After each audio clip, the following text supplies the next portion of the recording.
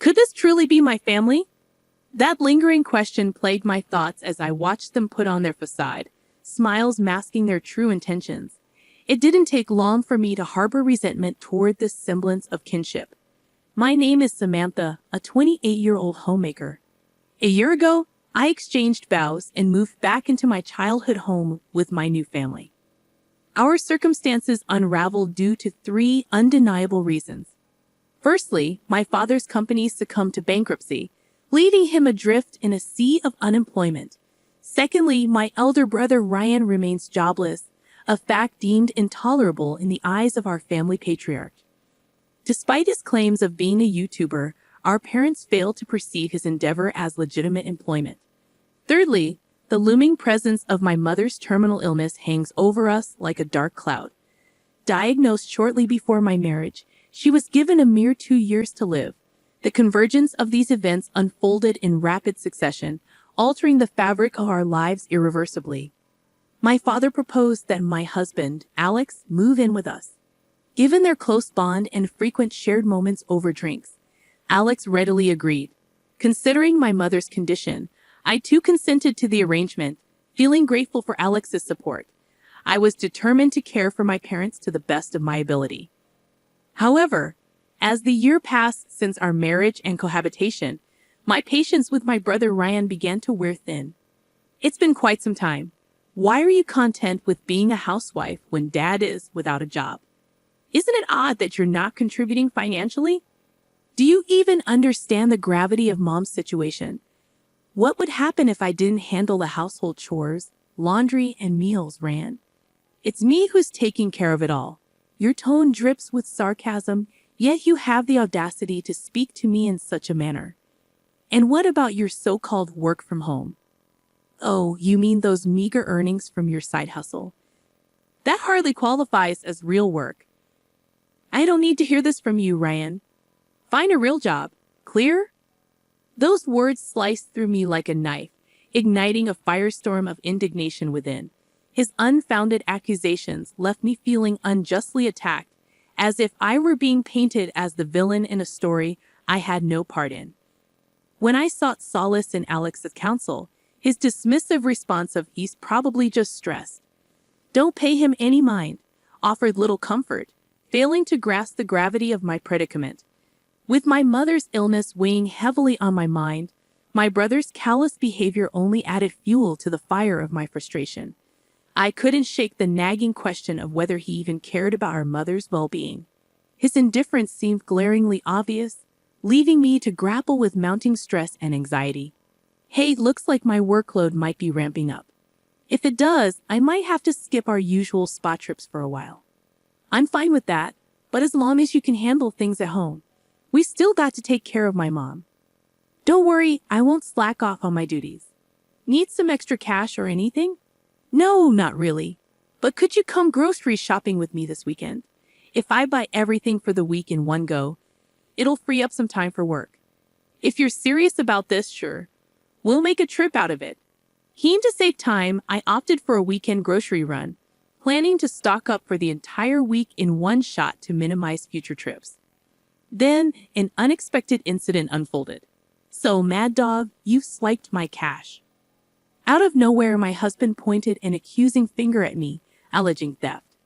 Bewildered, I struggled to comprehend his accusations, let alone discern which money he was referring to. His face flushed crimson with anger as he directed his ire toward me. I couldn't fathom why he'd pin it on me. If anything, I should be the one furious. Blaming others isn't fair. Was it taken from your wallet?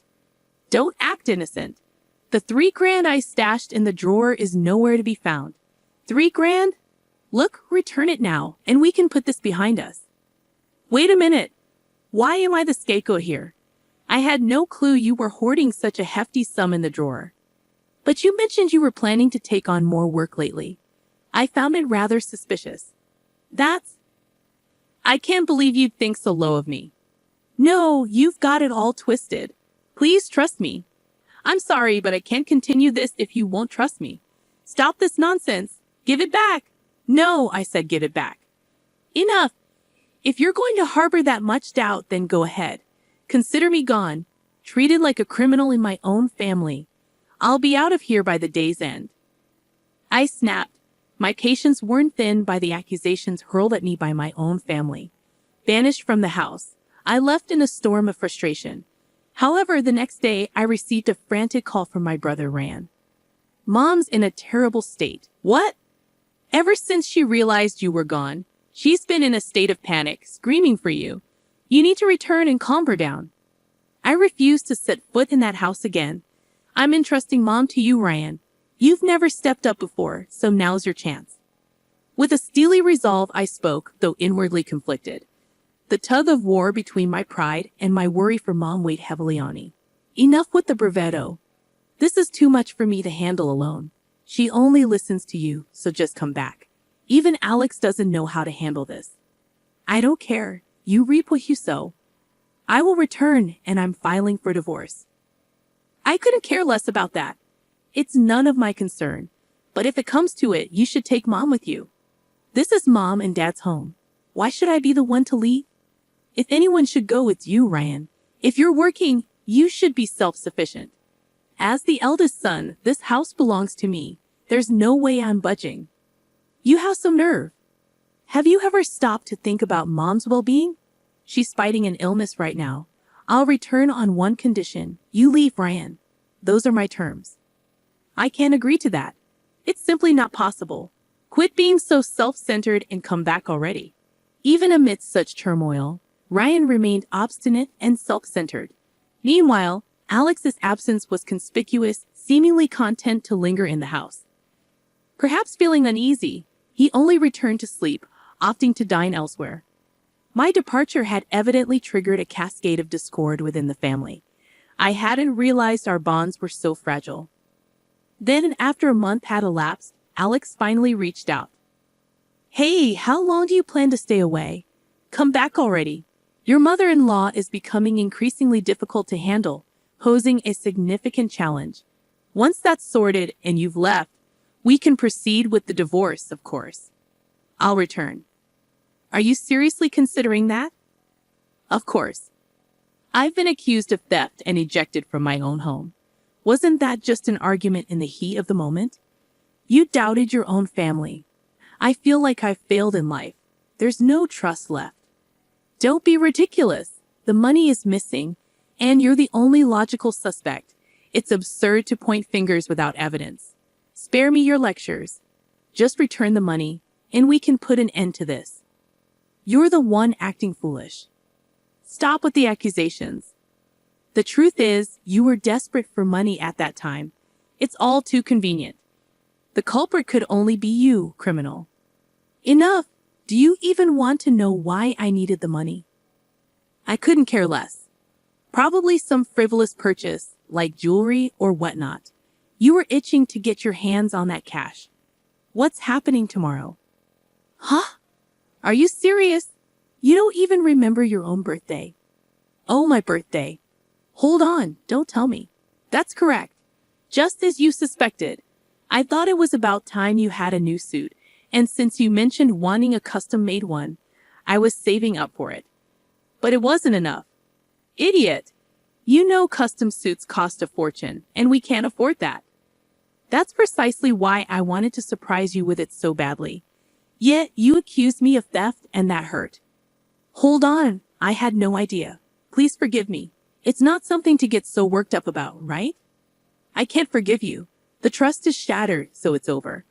I'm sorry, but divorce is the only option now. That's why I've already consulted a lawyer. Or an attorney. Cut that out.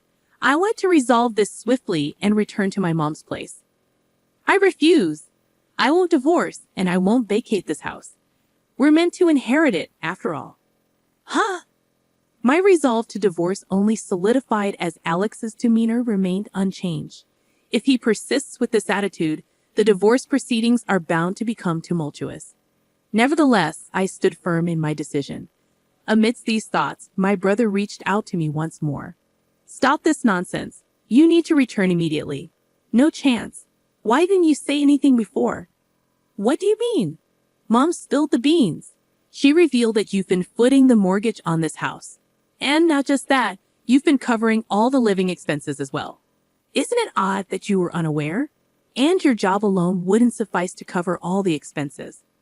But we can't afford the mortgage. What are you talking about? You have a job, yet you haven't contributed a dime to the household expenses. It's your responsibility to pay. Well, yes, but I invested in a computer, a top-of-the-line one. It was quite pricey. What? You spend money on a computer? Because I needed it for work. What choice did I have? Oh, so you're making enough to afford such luxuries. Then surely you can contribute to the mortgage, right? I've already told you I can't afford it. And your husband isn't chipping in for household expenses either. What's going on? Until now, I've been covering everything with my earnings, but now that Alex is dining out for every meal, there's no surplus money. What are we going to do? We need to come up with a solution fast. If we don't pay the mortgage, we'll end up homeless. And what about Mom and Dad? I had reached my limit with my brother's self-centered mindset. Enough already. Who cares about your video game streaming? You barely have 100 subscribers, and your views are in single digits. You won't make any money like that. Nobody watches because it's not interesting. How would you know? I just searched for video game streaming, and it popped up. Wearing a mask and sunglasses doesn't make you unrecognizable. How did you afford a computer with that? Don't tell me you. I didn't take any money from your husband. How would you know about that? Something doesn't add up. Well, actually, I overheard your conversation. What? There was nobody home when we had that argument. You were out, which is unusual for you. That's a misunderstanding. You must have mixed up the dates. Quit playing games. You're the one who stole it, aren't you? If you don't confess, I'll report you to the police. Wait, hold on. Report me to the police. Please, no, don't do that. I just found some money and I borrowed it. I promise I'll pay it back. Stop with the excuses. I'll never forgive you. Get out of my house now. I'll be back tomorrow, and if you're still here, I'm calling the cops. Don't talk to me like that. We're siblings. We're family. Can't things just stay the same? Don't try to sweet-talk your way out of this. I'll never forgive you. Remember that. Leave before I return tomorrow. Consider yourself warned.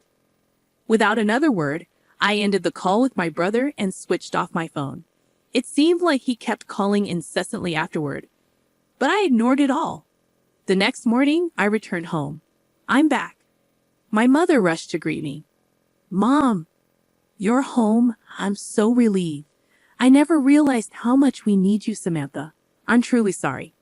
Mom, it's not your fault. As we conversed in the living room, my brother Ryan emerged from his room, uttering words that left me dumbfounded. So, you decided to grace us with your presence. Here are the details for the loan repayment. Make sure it's transferred today. Also, I've got a tab open at the delivery place, so you can handle that too. It's your fault for disappearing like this. Take some time to reflect on your actions. What on earth are you saying? Stop this nonsense. I told you to leave. I will call the police. You're risking everything over just $3,000. What $3,000? Don't pretend you don't. Whine all you want. But borrowing a little isn't that big of a deal. You're making a fuss over nothing. Big deal? You take my money, then brush it off like it's nothing. That's not fair, is it? Can I have it back? I don't recall lending it to you. Living under my roof doesn't give you the right to be so entitled. We're family. Can't you just let it slide? No, I can't just let it slide. Give it back. Are you sure you want to continue like this? You might not have a place to stay much longer. Witnessing Alex and my brother's argument, my father intervened. This is unlike you, Dad. Enough. Both of you, leave this house. It's my house, and currently, Samantha is the one paying the mortgage. I won't hand it over to anyone. I may be the eldest son, but why is my sister taking charge? You're just the eldest son in name. What have you accomplished? You've been holed up, gaming all day. No job, just coasting on the money I've earned, right? You're over 40. Act your age. Leave. That's too harsh. Isn't it heartless to kick out a man with no means? I've been saying this for ages. This isn't a sudden problem. You could sell that computer of yours. You're not even working. Wait a minute. When I say leave, you leave. And that includes you. What? But I haven't done anything. Haven't done anything? Who drove Samantha away, treating her like a criminal? Marriage is built on trust. Once that's broken, family falls apart. I apologize. I'm sorry. But it was your son, Ryan, who stole, wasn't it? Don't pin it all on me. You befriended me just to worm your way into inheriting my assets, didn't you? The moment I lost my job and the company's collapse, you treated me like dirt because I'm a broke father, right? How despicable. What a vile person you are. I don't want to lay eyes on you. Get out. Don't you dare mess with me. My father's words left me stunned. Perhaps his sudden outburst was the culmination of his frustration reaching its peak. The divorce with Alex was finalized swiftly, ending abruptly.